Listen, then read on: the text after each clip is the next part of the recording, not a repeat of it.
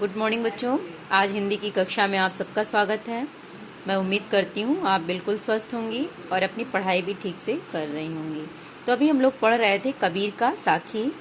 साखी के अंतर्गत हम लोग कबीर की का 7वां दोहा साखी का पढ़ रहे थे। तो हम लोग देखेंगे 7वां दोहा। कबीर सूता क्या करे, काहिन देखे जागी, जाके संग तय बिछुड़िया, ताही के संग लागी।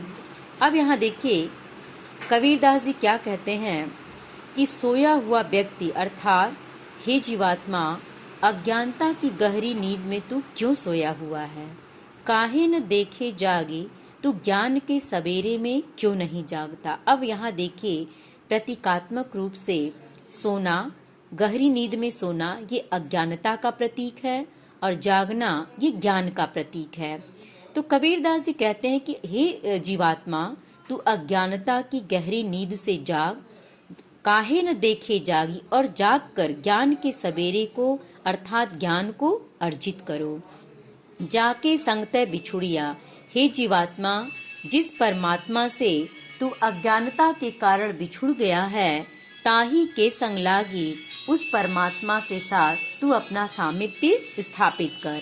अर्थात जब तुझे ज्ञान की प्राप्ति होगी तो निश्चित रूप से तू अपने ज्ञान को अर्जित कर लेगा, तो तू अपने परमात्मा के स्वरूप को जान सकेगा, पहचान सकेगा। तो हे जीवात्मा, तू अपने जीवन का उद्धार करना चाहता है तो अज्ञानता की गहरी नींद से जागो और ज्ञान के सवेरे को देखो। और जिस अज्ञानता में डूब करके गहरी नींद में सोकर जिस परमात्मा से तू अलग हो गया है, उस परमात्मा से सानिध्य स्थापित करने की कोशिश करो। इस तरह से अपने जीवन का उद्धार करो। इसमें भी देखिए दोहा छंद है, सदुक्कड़ी पंचमेल खिचड़ी सदुक्कड़ी भाषा है। और अब यहाँ देखिए कबीर जाके जाके संगते बिछुड़िया। अब यहाँ देखिए लक्षणा शब्द शक्ति है, क्योंकि यहाँ सोना लक्षणार्थ ये अज्ञानता का प्रतीक दर्शाता है और जागना ज्ञान के प्रतीक के रूप में प्रयोग किया गया है। तो यहाँ लक्षणा शब्द शक्ति है, प्रसाद गुण है। अब हम लोग देखेंगे बच्चों 8वां दोहा। 8वां दोहा देखिए, केसो कही कही कूकिए, ना सोइए असरार, रात दिवस कै कूकड़े, कबहू लगे पुकार।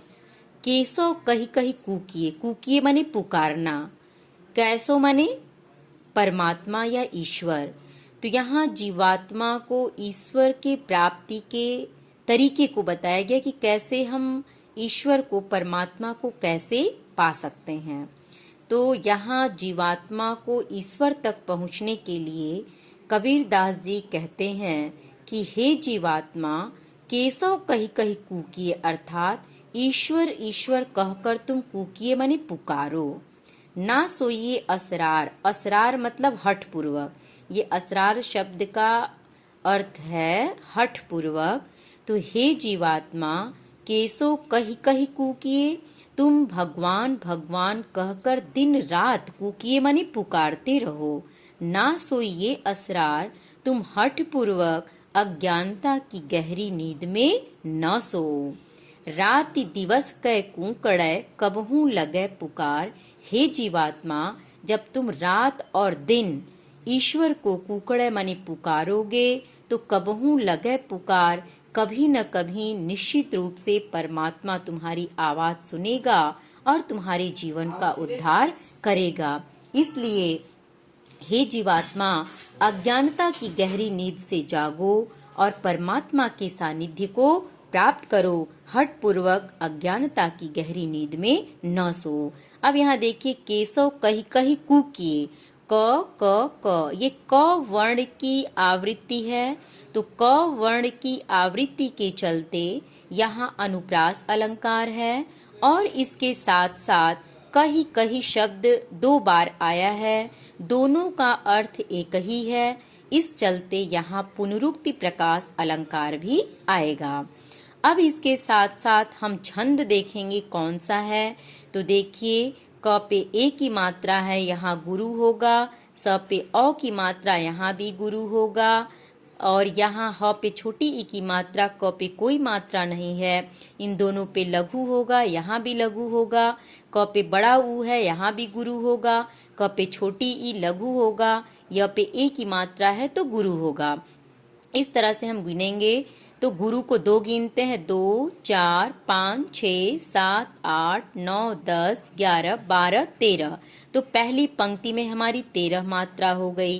अब इधर दूसरी पंक्ति देखेंगे, ना पे गुरु होगा, सो पे ओ की मात्रा यहाँ भी गुरु होगा, ई छोटी है लघु होगा, य पे ए की मात्रा है गुरु होगा, यहाँ भी लघु, यहाँ लघु, आ की मात्रा है गुरु होगा, र पे भी आपका लघु होगा।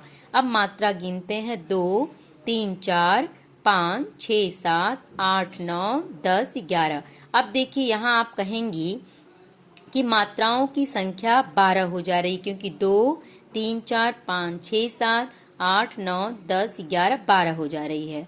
तो जब मैं छंद आपको पढ़ाऊंगी या आप इसकी वीडियो मेरे पास है मैं भेजूंगी, तो कभी कभी जब मात्राओं की गणना हम करते हैं, तो मात्राओं की गणना करते समय जब एक मात्रा अधिक हो जाती है या एक मात्रा कम हो जाता है, तो उस पाद की या चरण की पूर्ति के लिए लघु को गुरु और गुरु को लघु मान लिया जाता है। ठीक, तो यहाँ हम अंतिम जो रा है असरार, इसको हम क्या मान लेंगे, लघु मान लेंगे। तो इस तरह से हमारी मात्राओं की संख्या हो जाएगी 11।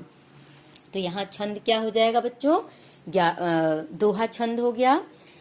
तो अभी मैं समझती हूँ कि आपको 8वां दोहा भी समझ में आ गया होगा। अब हम लोग देखेंगे, अब प्रसाद गुण इसमें भी है, शांत रस है और सधुक्कड़ी भाषा है, अलंकार मैंने बता ही दिया, छंद भी बता दिया। अब देखते हैं हम लोग 9वां दोहा। लंबा मार्ग दूरी घर, बिकट पंथ बहुमार, कहो संतो क्यों पाइये दुर्लभ हरि दीदार। दीदार का शाब्दिक अर्थ दर्शन होता है, हरि माने भगवान। अब यहाँ देखिए ईश्वर तक पहुँचने के मार्ग को काफी लंबा बताया है। कबीर ने ईश्वर तक पहुँचने के मार्ग को काफी लंबा बताते हुए कहते हैं कि लंबा मार्ग दूरी घर, परमात्मा तक जाने का मार्ग काफी लंबा है, दूरी घर, और ईश्वर का निवास काफी दूर है। बिकट पंथ बहुमार, पंथ माने रास्ता, उस रास्ते में बहुत सारी विकट माने कठिनाइयां, जैसे ईर्ष्या, द्वेष, काम, क्रोध, लोभ, मोह, ये सारी चीजें लुटेरे के रूप में इस मार्ग पे बैठी हुई हैं। पंथ माने रास्ता, तो ईश्वर तक जाने का जो रास्ता है काफी लंबा है, ईश्वर का घर भी बहुत दूर है। विकट पंथ बहुमार, पंथ माने रास्ता, विकट माने कठिन, तो उस रास्ते पे बहुत सारे लुटेरे बैठे हुए हैं। उन लुटेरों में कौन कौन है, काम, क्रोध, लोभ, मोह, द्वेष, ईर्ष्या, ये सारे लुटेरे हमें लूटने की कोशिश करते हैं। अर्थात कहने का तात्पर्य ये है कि ये सारी चीजें, ये कुवृत्तियां हमारे मार्ग के बाधक बनते हैं, ईश्वर तक जाने से हमें रोकते हैं। तो कबीरदास जी कहते हैं, कहो संतों क्यों पाइये दुर्लभ हरि दीदार। दुर्लभ माने कठिन, दीदार माने दर्शन।